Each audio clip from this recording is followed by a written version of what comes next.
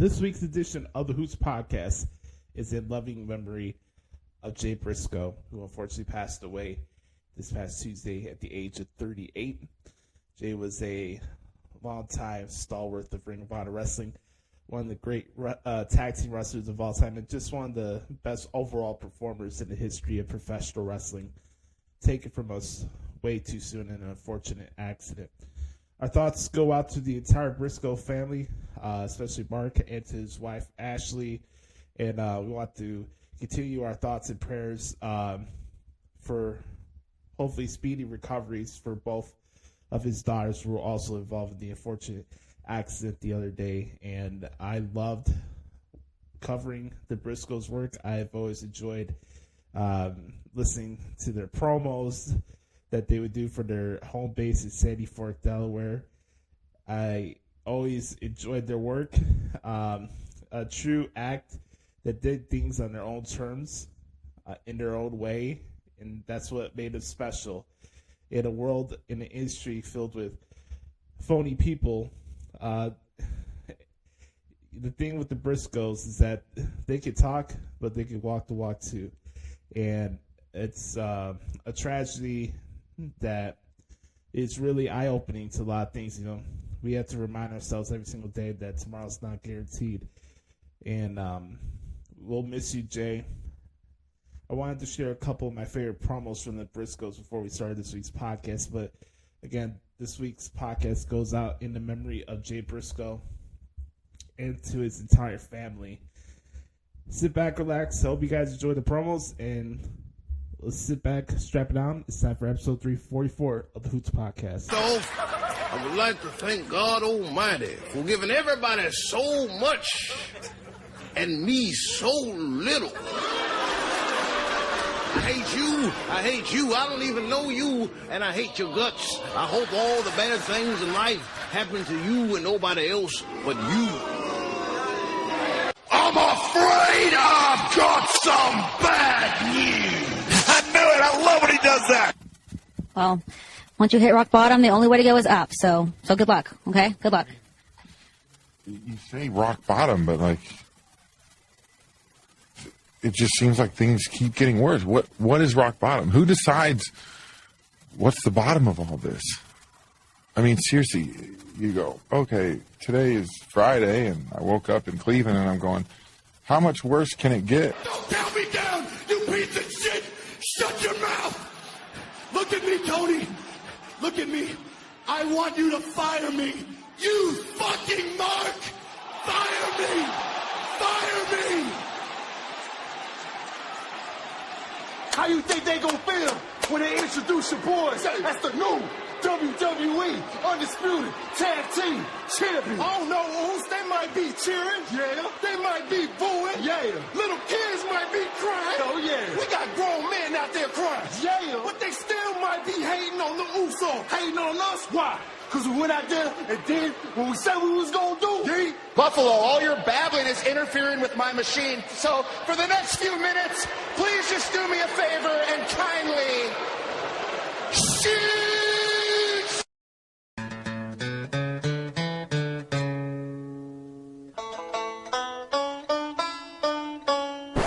Reach for the sky, boy.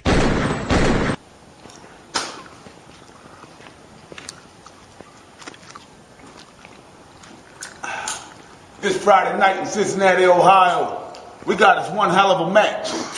We putting our tag straps on the line against Kyle O'Reilly and Davey Richards. Team Jiu-Jitsu. Team MMA. It's crazy when you think about it, man. MMA done took over the world. MMA's the biggest shit going right now. Taking airtime from my boxing, man. Well, yeah. MMA done took over. And I got all the respect in the world for the people that do MMA. But the shit that pisses me off, when you got Johnny Badass walking through the bar with his little tap-out shirt on. He went to the gym for 2 weeks, so his little muscles popped out a little bit. And he think he's God's gift to women. He walk around like his shit don't stink. I guarantee you one of y'all little tap-out boys bring that shit down here to Sandy Fork, you'll be lucky to get out of this bitch alive. Now, Davey and Kyle, I ain't saying that y'all that type of people. But you got Davey Richards walking around with his little title belt and a mouthpiece in. This pro wrestling, son. Hey, brother, Terry Funk ain't wearing no mouthpiece. Hell no, Terry Funk ain't wearing no damn mouthpiece. Bruiser Brody ain't wearing no mouthpiece. Doing your little jujitsu, getting focused and shit. Talking about I'm focused. I'm kicking this bag, I'm focused for my match. Shit, that's where we different, boys. We a different type of people. We ain't got time to be focused. Focused. Shit, we live on a farm. We got to get shit done. We ain't got time to walk around being focused. Does it look like stable thoughts go through my mind? Do I look like a rational thinker to you? This guy, I guarantee you, he ain't no rational thinker. Shit, we walk in there on Dr. Phil, he shit his. Damn, son. My bad, I thought you was finished. Oh, you killed that Jim? Yeah, man. Hey, We're talking. Let me unload my boss. I think it's one more. No. Now, where was it? Where the hell was it?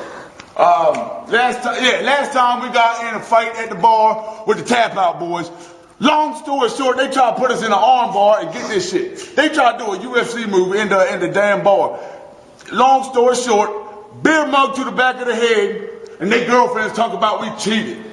All I know, they was getting carried out of that bitch, and we was sitting there drinking Yingling, waving bye to them bitches. Hey, man, I thought we was talking about Davey and Kyle. Davey and Kyle, yeah, Davey and Kyle. Hold it for me, Chinny. Davey and Kyle, yes, sir. Team Jiu-Jitsu, Team MMA. Big match this Friday. Big match down Cincinnati. Y'all boys get you a few extra little laps in on the treadmill and shit. Do a few more bag kicks or whatever you want to do. I'm going to sit here, I'm going to smoke this Brutal Bob. Mark's going to drink that beer. And this Friday night, we going to whoop y'all's ass. And there ain't a damn thing y'all going to do about That time, ain't it? The Windy City, baby, is pay-per-view time. How about that tag title match? Y'all already know about the champions, the Briscoe brothers, a.k.a. them boys from Sandy Fort, a.k.a. the baddest tag team on the planet, a.k.a. the chickens just went out, baby, and we got a fat check, a.k.a. Bird Money, a.k.a. the tag team American Dream. Okay, I see you, a.k.a. the Watchmen, boy, a.k.a. God's Goons, huh? Ooh, they ain't ready for that. Hey, how about the challengers, though? Kyle O'Reilly and Bob Fish, the Red Dragon. What you think about the Red Dragon? The Red Dragon. Y'all boys been a tag team for 15 minutes with your MMA ass, your Muay Thai ass, Jiu-Jitsu, Taekwondo ass shit. We got a style for y'all boys. Huh? Y'all boys want to talk styles? We got a style for y'all, huh? Buy the man's t-shirt. Feed the man's kid. They hungry. They're hungry. Buy the man's They're kid. hungry. I'm hungry. Calm down, chicken. Calm down. Calm down. But Bobby Fish, Kyle O'Reilly, I hope y'all boys don't think that we overlooking y'all. But damn, it's the 11th year anniversary, and we in Chi-Town, baby. Shit. Y'all know them boys like to party in Chi-Town. It's gonna be a celebration, baby. We coming out there to celebrate. We gonna start at Rose's, right down the road, singing karaoke, and then we hitting the city, baby. Chi-Town, here we come. We might end up in Porch, baby. Don't you want Let's go. Take it, chicken. back to that same old place? Sweet home, Chicago. Hello, ladies and gentlemen. Welcome to episode 344 of the Hoots Podcast. It's Thursday, January 19, 2023. Hope you guys are enjoying your week so far as best as you possibly can. It is yours truly, the nefarious brother Adam, a.k.a. Joshie Lopez. You can follow me on Twitter if you like, at the Hoots Podcast. New podcast comes to you free of charge every single week, anywhere you get your podcast from. You can check out my work at ProWrestlingTranscriptions.com. Make sure to subscribe to our YouTube channel, which hopefully you're watching or listening to this right now. Smash that subscribe button and hit the like button as well, and let us know what you like about the podcast, any suggestions you have for the show, and we just want to get some general feedback, positively or constructively on the show. And we appreciate each and every single one of you who take the time to hang out with us as we continue on our road to 500 episodes. Not only 500 episodes, but 1,000 subscribers on our YouTube channel. Also, we're available anywhere you get your podcasts from Spotify, what? Apple Music, what? Google Play, what? iHeart Radio, what? a lot of places. Just make sure to type in Hoots Podcast, and you'll make sure to take part of our back porch experience of talking about life and the world of professional wrestling as we see it. I am flying solo this week. Brother Carter, fortunately, will be via satellite this week, but don't fret, we have him all set for a new clip for What the Hell is Wrong with AEW. And we get the very first Thoughts of Dericho of 2023. So that'll be the backdrop for our podcast this week. And I just want to say for everybody who's been joining the shows over the last couple of weeks, just generally do appreciate the support, and it really makes us doing this project. It means a lot to me and Brother Carter, and hopefully this is a good, positive life experience and escape for you guys. So we got a lot to discuss. We're about a week and a half away from the Royal Rumble, and can you believe it's a week from this Saturday? It's insane. A lot of news coming out on Monday Night Raw this week, as we got Raw 30 coming up this Monday. A lot to get into. We'll get to that this week in WWE. I gotta say, it was a rough night at the office for AEW in Fresno, California. Take away one match. That show was a train wreck, to say the least. And we'll get to that later on in the show. But let's start this bad boy off as we usually do with the Back Porch Q&A session. And pretty simple ideal as your standard Q&A session. If you ever want to participate in the Back Porch Q&A session, all you have to do is send me questions at the Hoots Podcast prior to recording days, which are on Thursdays at the Hoots Podcast or the Hoots Podcast at gmail.com. So let's get this started, shall we?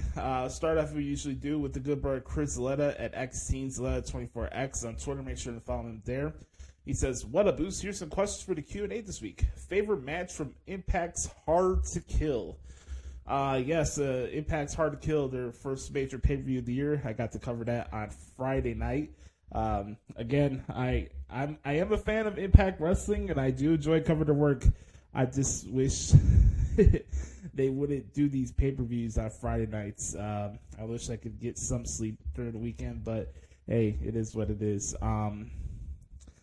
I really enjoyed the pay-per-view. It's really hard to pinpoint just one match. There's a lot of them I really enjoyed. Like, I really enjoyed the Steve Macklin, Rich Swann Falls Count Anywhere match, the Full Metal Mayhem match to start off from a storytelling standpoint with Josh Alexander and Bully Ray was fantastic. Of course, to see my girl Mickie James become the Impact Knockouts champion was awesome. She is the GOAT. You can have your Mercedes Moné or Sasha Banks or whatever. I think Mickie James is the greatest female wrestler of all time. My favorite match, though, from the show was Eddie Edwards against Jonathan Gresham. Just from a pure transcript point of view, that was my favorite one to type out. That match was insane. So there's a lot to choose from, and the match that Mickie had with Jordan was phenomenal from a woman's perspective, and just Impact put on a really good pay-per-view, and it was cool to do that. I don't know how many more times I'll get an opportunity to cover Impact shows or Impact pay-per-views coming out in the future, since I talked about my whole deal last week, which we'll get into that a little bit in this Q&A session. But yeah, I had a good time covering that pay-per-view, and it was a good time. Will Battle Valley be the last time we see Jay White in New Japan?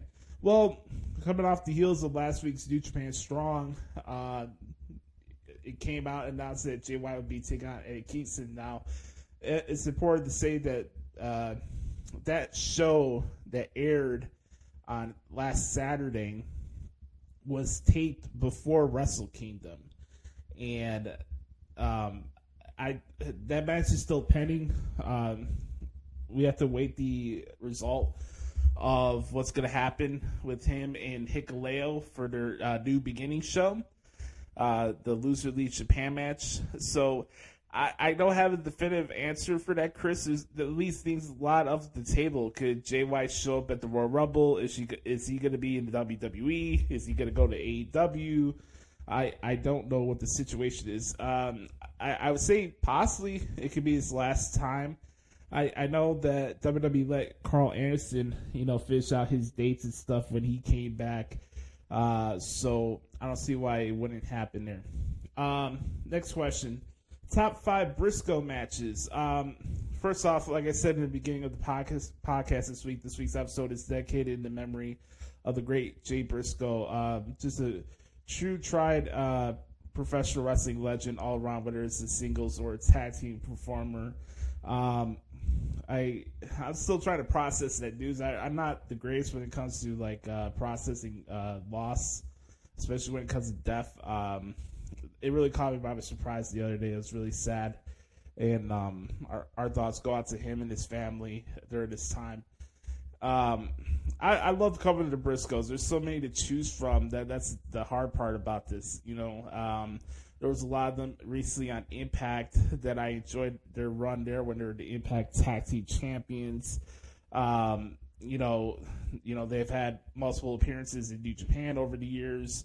Ring of Honor feuds with the Young Bucks and stuff like that. You can pick any of those ladder war matches with them.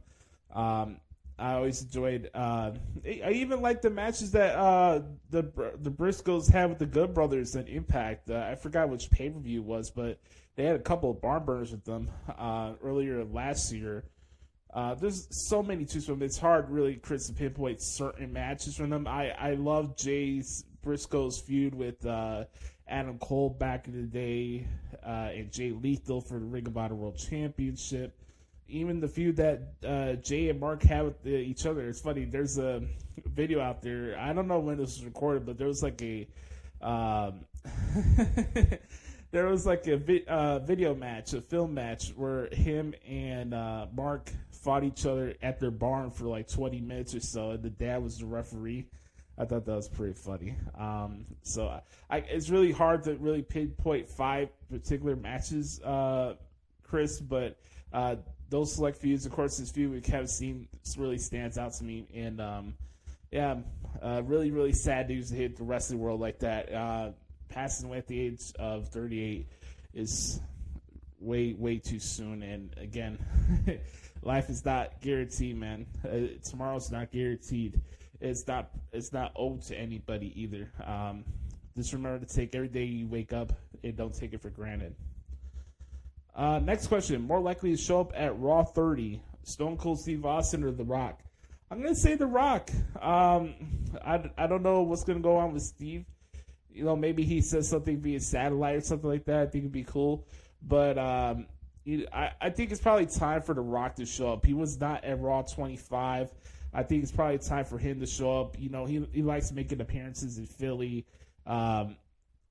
Here's the thing, guys. For a lot of those who are thinking that we have to have The Rock and Roman Reigns at WrestleMania this year, if he shows up at Raw 30, you'll know where these are going.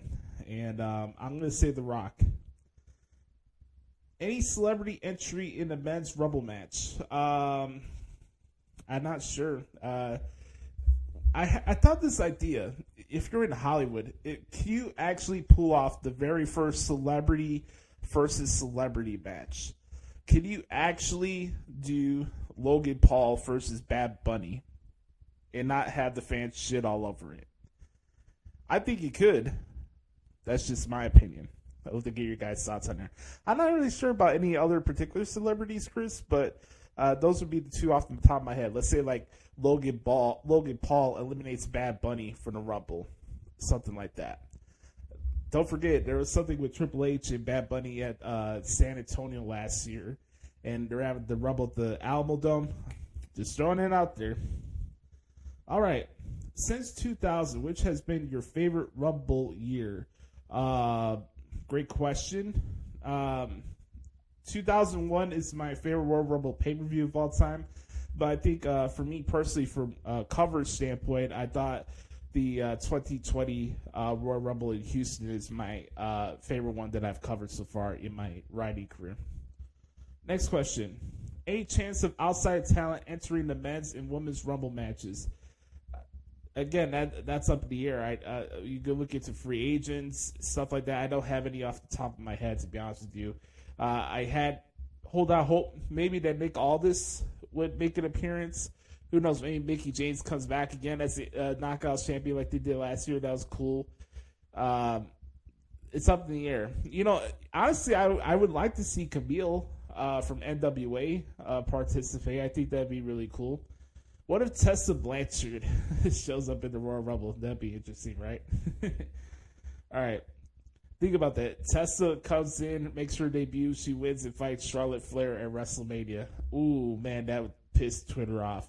Hey, but I'm here for it, though. All right. Who's your pick to win the men's Royal Rumble matches here? It's Cody Rhodes. I can see a scenario where you can make it work with Seth Rollins, but for me, it's Cody Rhodes. And then my pick for the ladies is Rhea Ripley. That's my pick. Yes, sir. Yeah, that'll be my pick for sure. Okay. Thank you, Chris, for the questions this week. As always, make sure to follow me on Twitter at XTeensLed24X on Twitter. Next, we go to our good brother Mike at Main Event Swerve. We only got questions this week from Mike and Chris, so I appreciate you guys for participating in the segment this week. Mike is down from Houston. Make sure to follow me at Main Event Swerve. All right, here's his first question. I haven't checked, but is there an honorary Oos shirt for infants? If not, there should be. I agree. I'm not as in tune with the whole thing at WWE Shop. I see some designs here and there, whatever they're posted on Twitter, but I'm not a frequent buyer on WWEshop.com, so I really don't know what's new or hip as far as that's concerned, or which are available for baby sizes or not. I think they should. I think it'd be pretty cool. I don't see why not. What is the dumbest thing you think Tony Khan would do after the long shot of buying WWE? The same thing that he does every time he acquires anything, and that's opening his mouth. There you go. Number 3, do you feel like Sol Ruka took Nikita Lyons' push, as some are saying, or is Sol just that dang good? I really didn't really consider Nikita Lyons having a quote unquote push that most wrestling Twitter troglodytes like to use these days for verbiage and rhetoric. I just look at Sol, and she's just that good of a performer. I saw potential in her when she was doing her stuff in Level Up. I know a lot of people have been, really liking her move where she does the flipping cutter off the turnbuckles, the Soul Snatcher, whatever they're calling it. And when it comes to Sol, she just passes the eye test. We'll get to know a little bit more of her personality as time comes on. I like that they did a little backstage vignette with her and Alba Fire, just trying to get her. And she is coming off shy and stuff, but she's a performer that you want to root for. And she just passed the eye test in the ring, and you can tell that she's going to do a lot of good stuff. And she's extremely athletic. How many titles, if any, would you like to see Roman Reigns lose at WrestleMania, if any, and what would you like to see happen with them? I think Roman Reigns will have one championship with him by the time he gets to WrestleMania. I can see a loophole here where, because tomorrow SmackDown is having a contract signing for Kevin Owens and Roman Reigns. I can see a loophole here where Kevin tries to convince Roman to just put the WWE Championship on the line, and he can bring it back to Raw in that scenario. If not, well, that's the thing. I can't really say he loses both titles to Cody, and then Cody just decides, I'm going to drop it, and then it goes back to separate. I don't know what they're going to do with that. I really don't. I'm not in the known with hashtag sources, air quotes there. I'm not really into that field, so it's hard to say. At the same time, I'll throw this out there, guys, and you guys may not like this or not, but for me, I don't think you have to have Roman Reigns lose the championship. He is that dude. He is the guy for a reason. He's doing the best work in the industry. He's the top guy in the industry right now. And, I get it. He's not defending the title every week on television like you would see on AEW, but that's the difference. Roman Reigns is an attraction. Who can you say on AEW is an attraction right now. And don't give me MJF because he's barely getting his first opportunity to be the main event guy. So, next question. What would you like to see your Bears do in the NFL draft with the number 1 pick and other moves in the first round? Good question, man. I have 2 scenarios. Either trade down and get as much draft capital as you could. Even if you have to trade down another spot from there. Like, let's say, like, you trade down to the Texans and they come up and get the first pick. And the Colts want to come up and get their quarterback. Trade for them and get the Forrest Buckner back in picks. You know, something like that. There's a lot of things you could do with that. I just look at where the team is right now. I think it's best to trade down. And then when it comes to their opportunity to start drafting people, pick the best guy they can find as an outside linebacker or somebody that can fix the offensive line. That's the best I can come up with scenarios when it comes to that's concerned. So that's how I go with that. Where would you like to see Sean Payton land as a coach next in his career? Oh, that's a good question. I'm not really sure. I know a lot of people are saying Chargers, but I think that franchise is cursed, to be honest with you. So I'm not really sure. I'm going to go with... Damn, I don't know who to go with.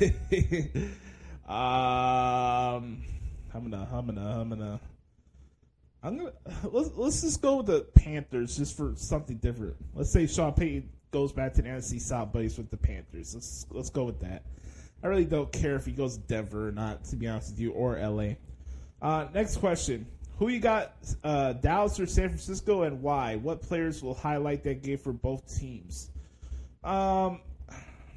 I'm gonna go with the Cowboys.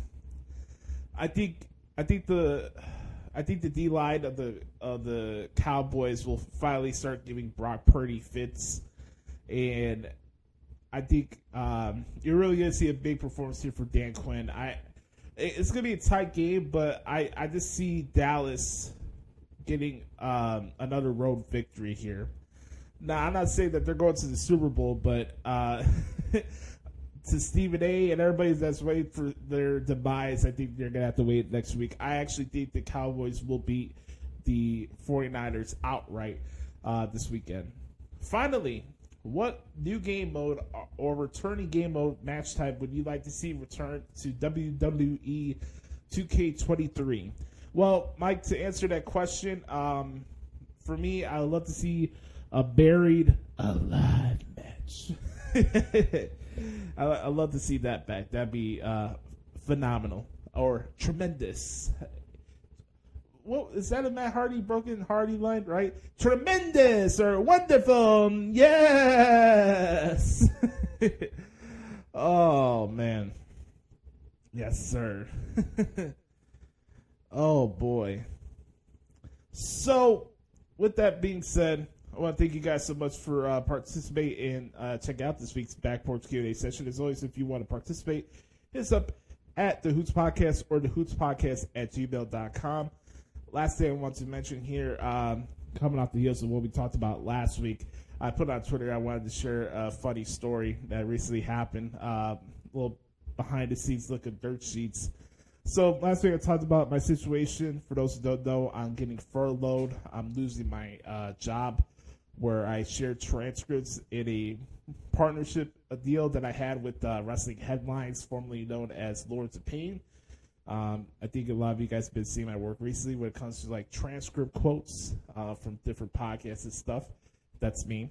But also, my main line of work, my result articles are going away, just in general. I thought this was going to be something where it was just going to be like last year with New Japan, but no, I am losing my job in April, and that sucks. And recently, I was telling you guys, like, they wanted to make these changes in 2023. They want to do away with New Japan result coverage, yet I keep seeing on their page that they're dropping New Japan articles and news hits and stuff like that. It's like, okay, I see how it is. And then, they will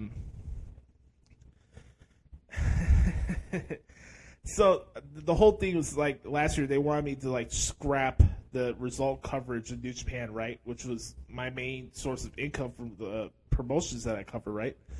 And in return, the guy that runs the site told me, I can say this now because this is in the interactions with him. He just talks to me like I'm a piece of shit. Like I'm just like a pawn to his whole site. Yeah, this is the same dude that reached out to me to help his site a couple years ago, and I'm like, last week I was down in the dumps. I'm not gonna lie, I was very like disappointed and frustrated and confused last week, and this week I'm actually excited in a way. Like I can't wait for April now to come because I'm tired of having my hard work be put to the wayside for clickbait whores and people that are not going to respect my work or work ethic for that matter and the loyalty I gave to that brand.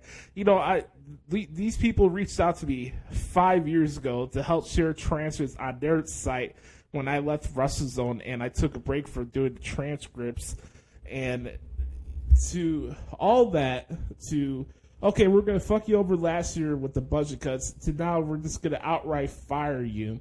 And then anytime I interact with the guy, he's like, yeah, whatever. Yeah, whatever. And here's the deal. I told you about this whole thing. They wanted me to stop doing the Japan articles, and in return, maybe start making some more money by doing podcast quotes. So, if you go on your standard pro wrestling website, you'll always see things about, Jim Cornette has his thoughts on this, and the Road Dogg that, and Jeff Jarrett this. There's an aggregation trend that's going on right now within the wrestling websites where the majority of the clicks are coming off the heels of hot takes, opinions, and things that come out of these podcasts. And really, if we're really being honest, there's really no news in the wrestling media. I give credit where credit's due. I think like Sean Ross Sapp and John Albas and Mike Johnson's of the world from PW Insider do a really good job in their field and go about things the right way in how they go about their reporting. But in general, there's really not a lot of news from a daily perspective that you get from these websites. It's just like, so-so said this, let me make an article out of it, and then let people discuss on it on social media. It's not really a news-based website. And that's unfortunate. And as a guy that really provided the only real news in my result transcripts and let you guys know what happens on the show, those get tossed to the wayside because result pages, like Brother Carr said, they don't mean anything, right? Nobody gives a shit about result articles, right? So I've been over the last week, not last week, this whole month actually, I've been like spending a lot of time transcribing quotes from different podcasts and passing them along to my guy that puts them out to the site, and they have certain shows that they want me to get quotes out of, and I did a whole bunch of them about Dex Harwood and his new podcast, and Jeff Jarrett, the whole thing with him and Max Caster, a whole bunch of different topics, and I just doing my thing. I don't know what transcribing these podcast quotes. I'm not sure that's gonna supplement the loss that I'm getting for not getting paid for my New Japan coverage, let alone the fact that I'm getting fucking fired in 4 months. But I'm doing this, right? And this is the funny part, I get a message on Twitter the other day, not from Calvin, the owner, but the other guy that I've been sharing the articles with, and he tells me that, hey, guess what? Let's hold off on the negative reports and quotes and stuff about Dave Meltzer. For those who don't know, last week WrestlingInc.com did a great job in an article that was exposing Dave Meltzer for the fraudulent con man that he is, and this gets talked about a lot. Like he got exposed for not doing good journalism, and that is news. So I put out. I started doing typing out quotes from Jim Cornette and his take on the whole thing about Dave Meltzer getting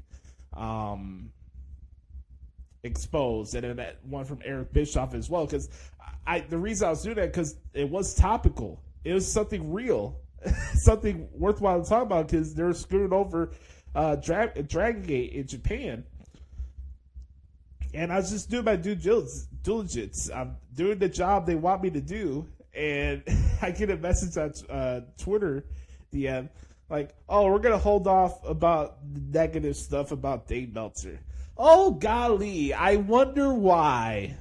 The only way these websites make fucking money is copying and pasting his shit from his observer. On that note, sit back, relax, wrap it up. When we come back, I'm going to tell you what happened this week in WWE right here on the Hoots Podcast. Welcome back, everybody. Time to talk about what happened this week in the world of WWE. Usually I start off talking about SmackDown, but actually there's something from Raw that I want to play for you guys here. You want to talk about maximizing TV time? This is how it sounds. Check this out here from Raw. You smell that, mommy? I smell it, dum-dum. I smell fear. Because they're scared. You scared, Jimmy? Huh?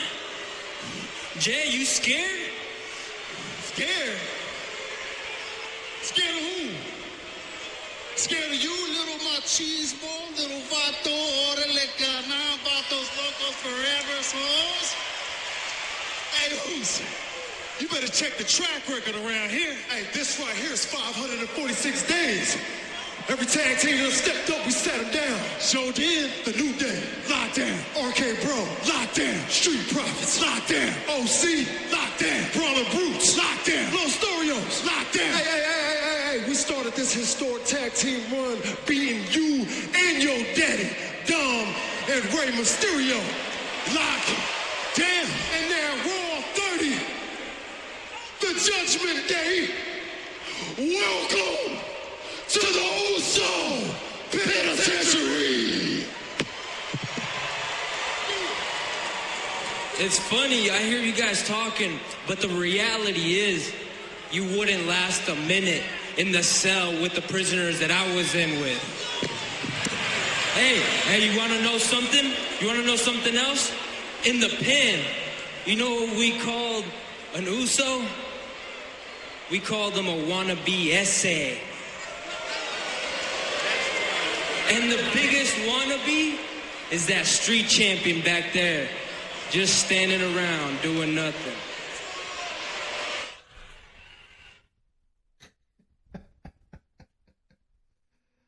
Oh, man. Beautiful there. Yes, the opening of Raw this week with the Bloodline and the Judgment Day as they get ready for the Raw Tag Team Championship match coming up this Monday on Raw 30.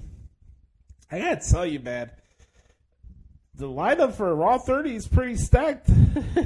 Not only do we have this Raw Tag Team title match, but also we got Bayley against Becky Lynch in a steel cage match. If you guys have not seen their promo segment this week on Raw, I totally recommend you guys checking it out. I thought it was pretty good.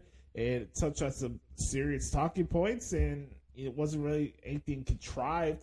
I thought what the ladies said were pretty much on the point, and I thought it was pretty good. And then, of course, Bobby Lashley will be taking on Austin Theory for the United States Champion. Excuse me. Yeah, that match is gonna be pretty good. And then, we got everything going on for Raw 30, and they announced this gonna be like a acknowledgement ceremony where every generational member of the Anoa'i Samoan family have to acknowledge Roman Reigns. So here's the question: does The Rock show up? Let me know in the comment section down below on the podcast, or let me know on Twitter at the Hoots Podcast. Do you think The Rock shows up, and do you want to see The Rock show up at Raw 30 this Monday? I am curious. I really am. So, okay. With that being said, let's go over some other thoughts for this week of television. I also wanted to say big shout out to Gunther and Braun Strowman. I really enjoyed their Intercontinental Championship match. The one takeaway that I really had from SmackDown this past week in Green Bay, despite the fact they're in a dump and a shithole, I really enjoyed the fact that this past week's episode of SmackDown really was a character development of like an opportunity for character development on a lot of the younger tier talent or the people that just came back to the company recently. And I thought it was just good all around. You know, the stuff with Raquel and Liv Morgan backstage, Bray Wyatt's promo in the ring, or one of my favorite segments of all wrestling this past week was a pretty simple one with Killer Cross and Rey Mysterio. I thought that was good, hitting on some key storyline parts there. You know, Sonya Deville still trying to play mind games with Adam Pearce. She gets into a brawl with Charlotte Flair backstage, some unfinished business there. And then, of course, everything going on with this whole bloodline, Sami Zayn, Kevin Owens stuff. That stuff never misses. We had Kevin Owens versus Sami Zayn. Earlier in the night, Paul Heyman tells Sami Zayn that, hey, you know, this week the Tribal Chief wants you to handle your business on your own accord. And then that ends up not being the case as the Usos and Solo Sikoa attack Kevin Owens, which leads to a disqualification. And Sami didn't seem too happy about it. Hell, he didn't even show up to Raw on Monday. So we'll have to see where his head's at tomorrow night as I'm recording this because there's supposed to be a contract signing with Roman Reigns and Kevin Owens for the Royal Rumble match a week from this Saturday.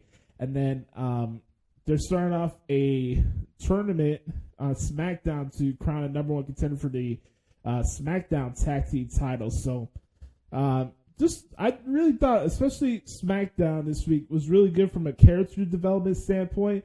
And then when it comes to Raw this past week, I really enjoyed that six-man tag, not six-man tag, the six-man elimination match to crown that number one contender for the United States Championship. But there was other good matches on the show. Street Profits against the Hurt Business, I thought was pretty solid. I enjoyed the Judgment Day against the Alpha Academy. I thought that was really good. And yeah, that was pretty much it for stuff I wanted to mention really quick. I'd be remiss without mentioning, we did get the confirmation this week that Cody Rhodes will be at the Royal Rumble. So I thought that was pretty cool. So all around, this is a very interesting road, to say the least, when it comes to on the road to the Royal Rumble, which is a week for this Saturday. And leagues are up in the air. We got the announcement that Bianca Belair will fight Alexa Bliss for the Raw Women's Championship. I think they're going to have some type of stipulation match. That hasn't been announced yet. But, you know, you got the two Rumble matches. You got the two title matches, and then you got this Bray Wyatt LA Knight Mountain Dew Pitch Black thing. By the way, have you guys tried that drink yet? Is it good?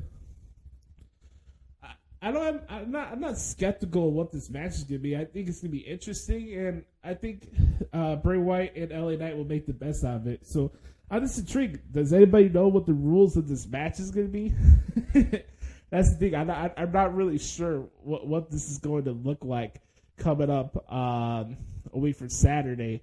But I am excited. Royal Rumble's around the corner. It's one of my favorite pay-per-views of the year, and I think it's going to be a good time. So with that being said, that is my thoughts on what happened this week in WWE.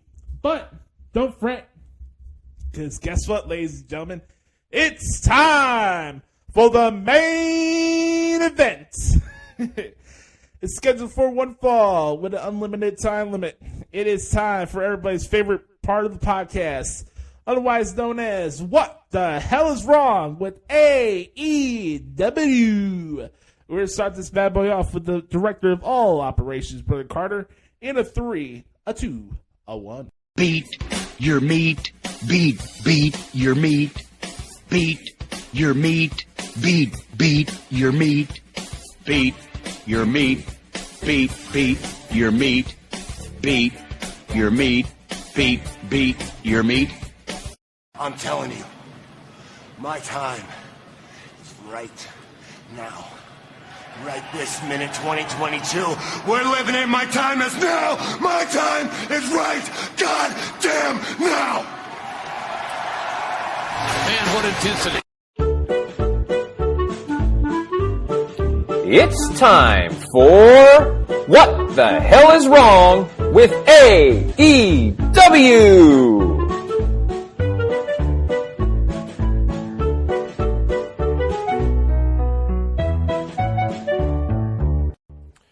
What the hell is wrong with AEW? You know, coming off of last week, I was excited. I thought there was some momentum going. I thought, hey, you know, there we go. They're starting to figure some stuff out. That's all really terrific. And then the real AEW showed up this week. And, oh boy, was this a disaster. This really was a disaster of a program, except for a few things. And we'll get into that here in a minute. But let's start by talking about the things that I did like this week. A great match with Bryan, Danielson, and Bandido. A fantastic effort by both men. I really, really enjoyed that. That was some good stuff there. So they followed up with the small little promo backstage with Kenoshi, Takeshita, and he did a little interview with Renee Paquette. And he went off in Japanese and he said, "That's me, MJF asshole." That was hilarious. I thought that was great. I really enjoyed that. And what do you know? Darby Allin can actually have a wrestling match and not be nothing more than a stunt show guy that takes unnecessary bumps. How about that? If he does more than that, or if he does more stuff like that, he has a future because he moves very well. He's a good athlete. There's maybe some potential for Darby Allin, but maybe this was just the exception that proves the rule. We'll see. I'm still holding my my previous comments about Darby Allin and what I feel about him as truth. But he did a good job last night, and I thought he had a good match with Kushida last night. So props to him for that. And now let's get to the shit. And oh boy, was there a lot of shit. Okay. Let's start with the opening match here. Oh boy. Okay, so you've got Jay Lethal, and you've got Jay Lethal against Orange Cassidy for the All-Atlantic Championship. But, of course, that's not going to be the main focus of a wrestling match on a wrestling program. It's not going to be the main focus. The main focus was best friends, Danhausen, Sanjay Dutt, and Jeff Jarrett all at ringside. And the thing is, if Sanjay Dutt interferes, then he's fired. So you've got this freaking clown in Danhausen acting like an usher and trying to wheel in best friends, and they're all trying to stop Sanjay Dutt's trying to top Sanjay Singh and Jeff Jarrett from doing that. This was stupid. Nothing about this was entertaining at all. They spent more time focusing on the outside of ring crap than they did on the actual wrestling match for a championship. Orange Cassidy's gimmick has run its course. It's so bad. Everything about this was freaking stupid. So, by the way, this is the same crap that old WWE would do and AEW fans would complain about. But, oh my God, when AEW does it, it's the greatest thing ever. You want to talk about a double standard of these twisted, brainwashed fans, mark fans. It's just ridiculous. Oh, my God. Yeah. So this was stupid. I hated every bit of this. This was awful. The Spot Fest was next with Young Bucks and Top Flight. Not too much there. There was a nice tribute from the Young Bucks doing the Doomsday Device for Jay Briscoe, which we'll talk about more in the Thoughts of Dericho coming up. So I thought that was a really nice tribute. But other than that, this was a Spot Fest. Didn't care. So then we have the Guns and the Acclaimed coming out, and apparently cussing a bunch on live television makes for great wrestling program. When, you know, he was saying bullshit. Because that's apparently what it takes, is cussing a bunch on a program. Is that what makes it great? Why can't the AEW production team get any of their timings right? They don't know when to cue. They don't know when to go backstage. They don't know when to do anything at all. Like, they have no idea how to run a television program. They started the music before Billy Gunn was finished with his promo. Of course, Family Therapy is a WWE shot. This was just... The Acclaimed is better than this. And you all know, I love The Acclaimed. I am all in on The Acclaimed. I think they're terrific.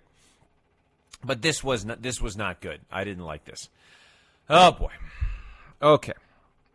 Next up was Jake Hager versus Ricky Starks. Can somebody please explain to me what one thing Jake Hager has done to improve this promotion? Can somebody explain to me, because I can't find it. His in-ring work is tragically bad. He's got this "I like this hat" thing. That's his gimmick now, apparently. The Jericho Appreciation Society is the worst faction in pro wrestling in the last 10 years, and it's not close. They are awful. They suck every way, shape, or form. Chris Jericho has become one of the worst pro wrestlers out there right now. He sucks. And I can't believe I'm saying that about a guy who I base my nickname off of, Jericho. Chris Jericho sucks. He's bad in the ring. He's bad in commentary. Every segment he writes sucks. It's not good. And the Jericho Appreciation Society, I can't watch this. It's so bad. Ricky Starks is being brought down because of this, but because Ricky Starks is so good, he'll get past it, just like MJF got through La Debonair bullshit.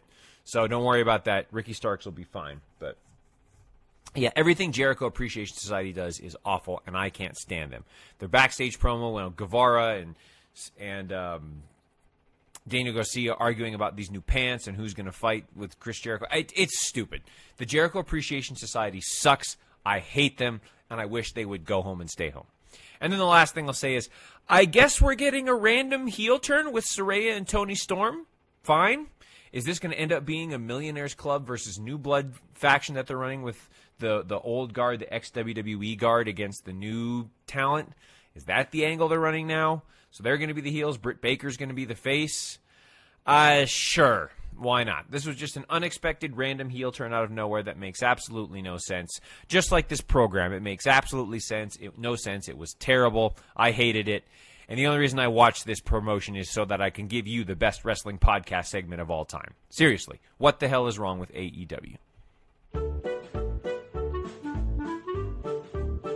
This has been What the Hell is Wrong with AEW.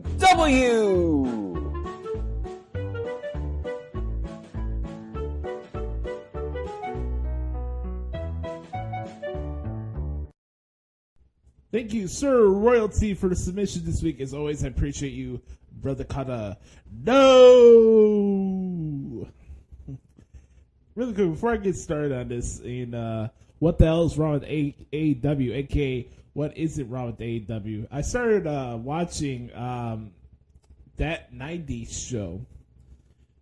For those who've been living on the rock for the last 30 years, one of my favorite shows growing up as a kid was that 70s show.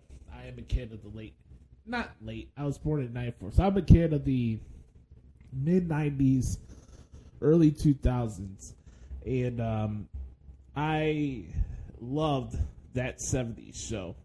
I had a huge crush on Mila Kunis back in the day. Holy moly, that girl is hot. Still hot to this day, actually, to be honest with you.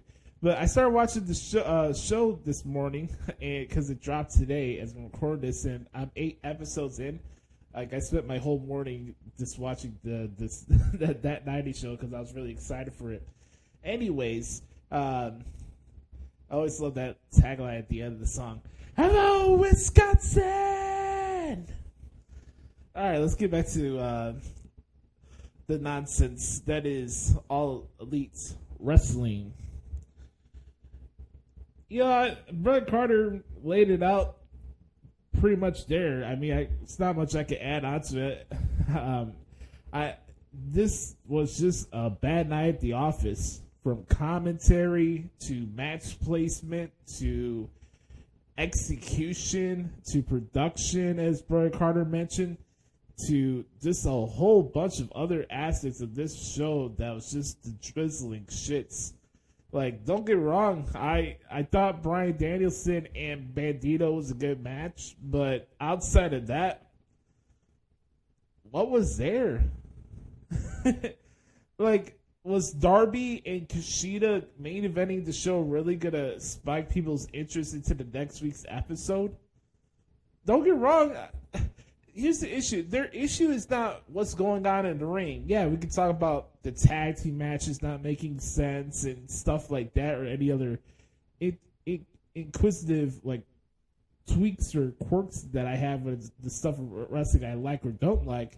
But the wrestling is not the problem. Like, it's very rare you'll hear us say that they had all their matches sucked. Like, it's really not the case. If it's more the case where I'm indifferent towards the programs that happened on this show than the wrestling. Like, for me, I'm not just sold on a good wrestling match making it a good show. There has to be more to it and a reason for me to give a shit about the match in the first place. And then at the same time, like,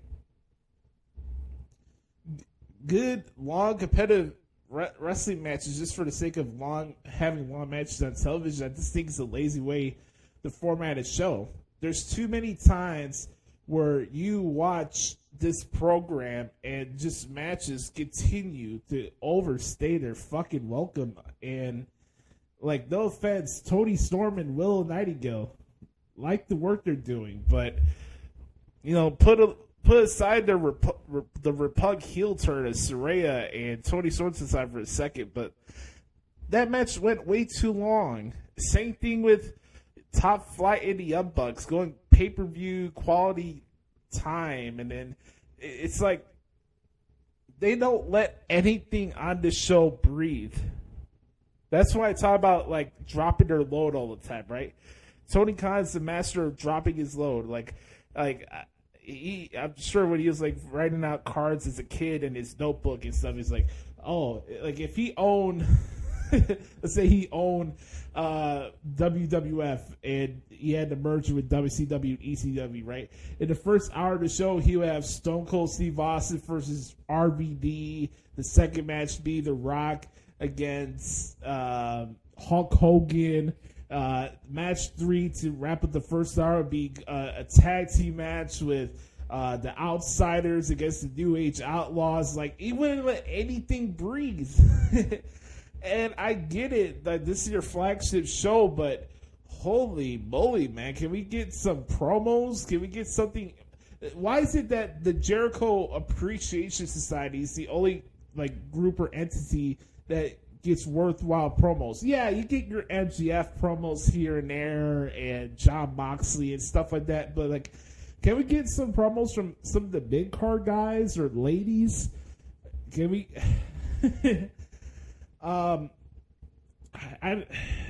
The formatting on this show continues to suck regardless of what year it is. And it's getting old and repetitive, kind of like the insults they direct towards WWE, because those insults could easily be directed back their way, but nobody wants to have that conversation. With that being said, other stuff on the program. Starting off the show with Pockets and Jay Lethal in a Who Gives a Fuck Me match. Who Gives a Fuck About Me match for the All Mid Championship.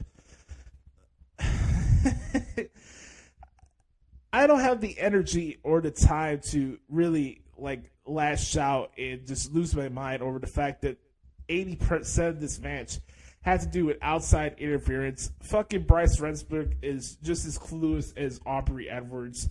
He might as well need VR goggles as well, because that dude is a blind walking man with the. He's like a blind substitute teacher. Like, he talks loud. Nobody gives a shit about what anything he has to say, and he has no control over any match he ever officiates. I just don't get it, man. That match was freaking brutal. JoJo Dutch, Brutal Bob Evans. Holy moly, man. That match. How do you start off a show like that with that? So we go from there, and then, Pockets retained. Much to the surprise of absolutely nobody. The Acclaim and Gun Club segment, didn't care for that. I just thought it was awkward. You know, it's always great to see Renee Paquette on my TV screen, but her backstage with Hangman really did nothing for me. I don't know who he wants to mend fences with, nor do I care. The MJF promo towards Bryan Danielson after his match I thought was fine. Ricky Starks and Jake Hager went way too long. Jericho on commentary was the drizzling shits, just keeping it stack. I thought his commentary gets worse as the weeks go by, especially on Rampage last week. Jericho, please get off my TV as soon as possible. I have nothing bad to say about the Bryan Danielson Bandido match. I thought it was good. I just thought it went way too fucking long. I guess you could say they're trying to give you accustomed and adjusted to what it's going to look like for the Iron Man match at Revolution.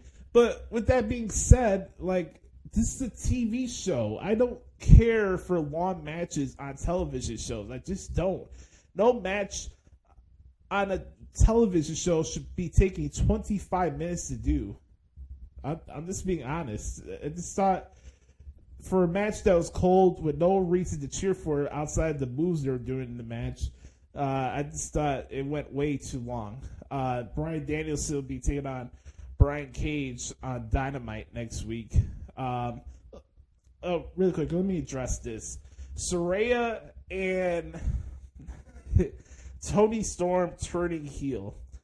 I don't have an issue with the situation, but isn't that an indictment at this point for Tony Khan and his how great of a booker he is, to the fact that, hey, here we are, we're beginning 2023, we're barely into 5 months of Saraya being in the company and she's already a heel, and the premise is that it's the AEW originals against the people that came in from WWE.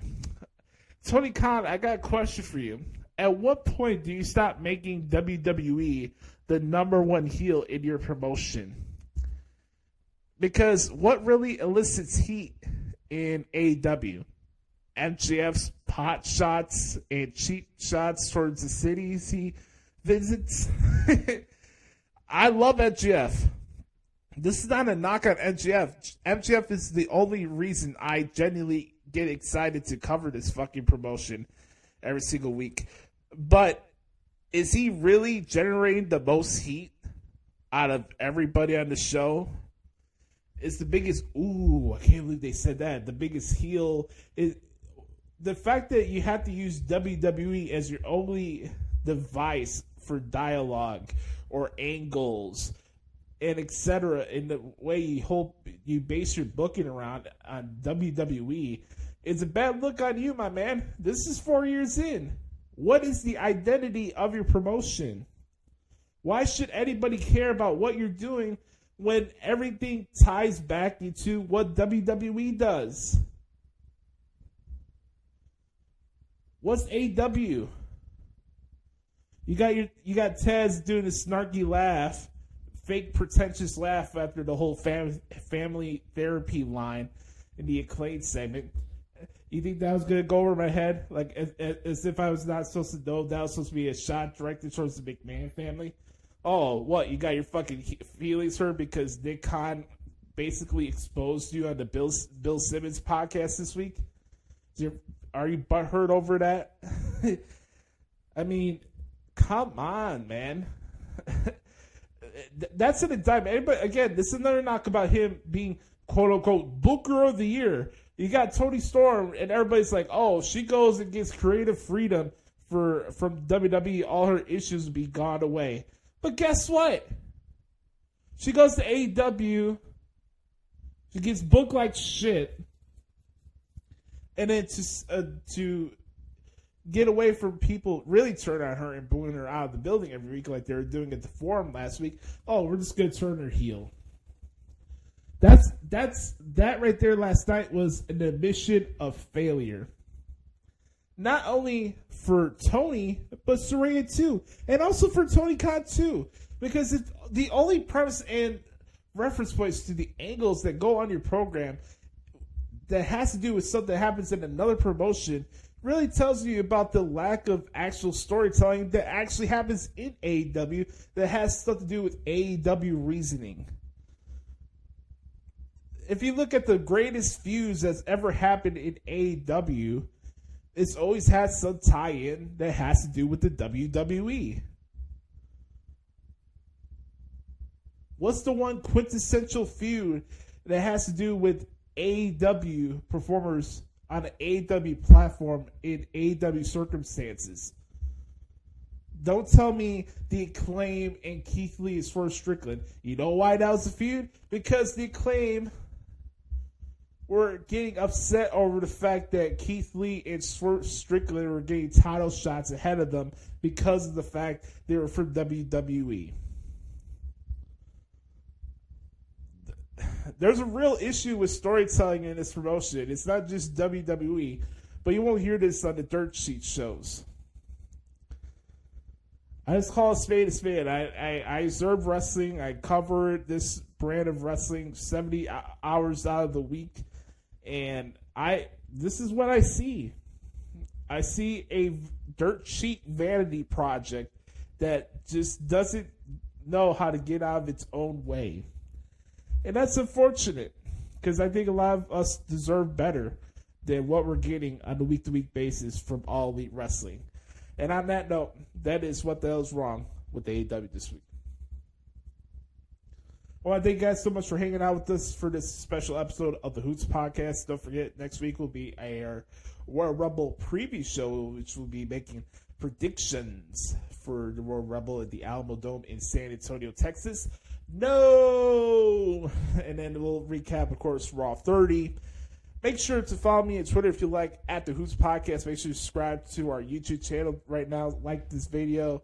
Let us know what you like about the podcast. You can subscribe to the podcast free of charge anywhere you get your podcast from as well. Make sure to bookmark ProWrestlingTranscriptions.com. Make sure to check out Bryan Carter's work at DerekStoughton.com. Remember, folks, be the authentic product that is yourself. And remember, nobody dictates the pace of your life but yourself and the man upstairs. I love you guys. I hope you have a wonderful weekend. This has been episode 200. Not 200. What am I talking about? This is episode 344 of the Hoots Podcast. We're 6 episodes away from episode 350. Make sure to mark it in your calendars. It's going to be taking place on March 2nd. That'll be episode 350. And I appreciate you guys' support, especially now of all times, especially during this difficult time period for myself and my professional career. Getting to come on here and talk to you guys is a great mental release for me, and I appreciate the support for these last 7 years. And you guys make this podcast worthwhile. So I love you guys. Have a wonderful weekend. Here, I'm going to send it off to Brother Carter for this week's edition of the Thoughts of Dericho. I'm Joshie. And now, the Thoughts of Dericho. Listen well, man.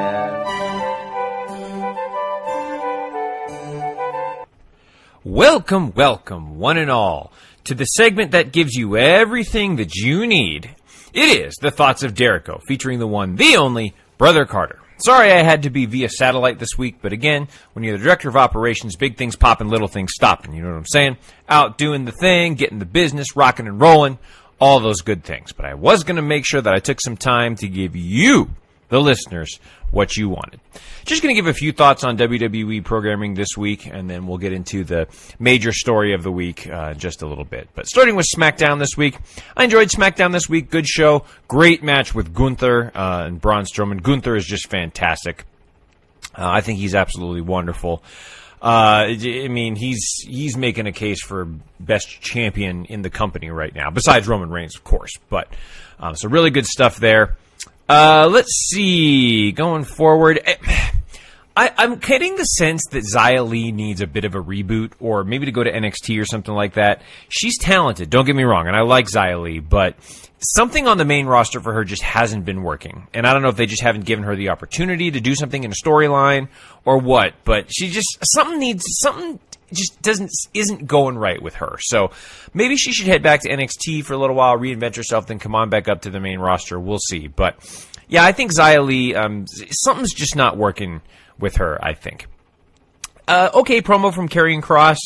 I'm still waiting for him to have that real banger match on a pay-per-view, which I know will happen. It's great. I'm great that he's getting to work with Rey Mysterio, so I think that's really great. So we'll see what happens there. I'm not sure who the faces and who the heels are in the SmackDown women's division. I talked about this. We talked about and complained about this with AEW, but same thing with WWE. I'm not sure who the faces and the heels are with the SmackDown women's division, and they're kind of going back and forth. We're definitely going to get into that when we talk about Raw here in just a moment.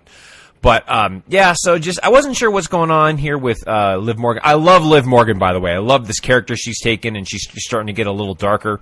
I think that's really terrific. Speaking of which, Sonya Deville and Charlotte getting after it. I've always said Sonya Deville is incredibly talented and deserves an opportunity to get a run with a main player like Charlotte, and now she's getting it. So that's just awesome, and I think they're going to have another great match upcoming at Royal Rumble. And then, of course, Sami Zayn, Kevin Owens, they definitely earned the right to fight forever. That was a great match to close the show. So that was SmackDown. I'm going over to Raw here. I keep saying this, but Dominic Mysterio is getting better and better each week. I love the stuff that he's doing. I thought I love what his commentary stuff and all of his angle with Rhea Ripley was just terrific. Solo Sikoa is slowly becoming one of my favorites on Raw. He has championship material written all over him. He is the man.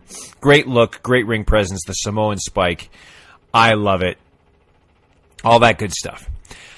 One of the big stories coming out of Raw this week, Cody Rhodes is officially back and is going to be an entrant at the Royal Rumble.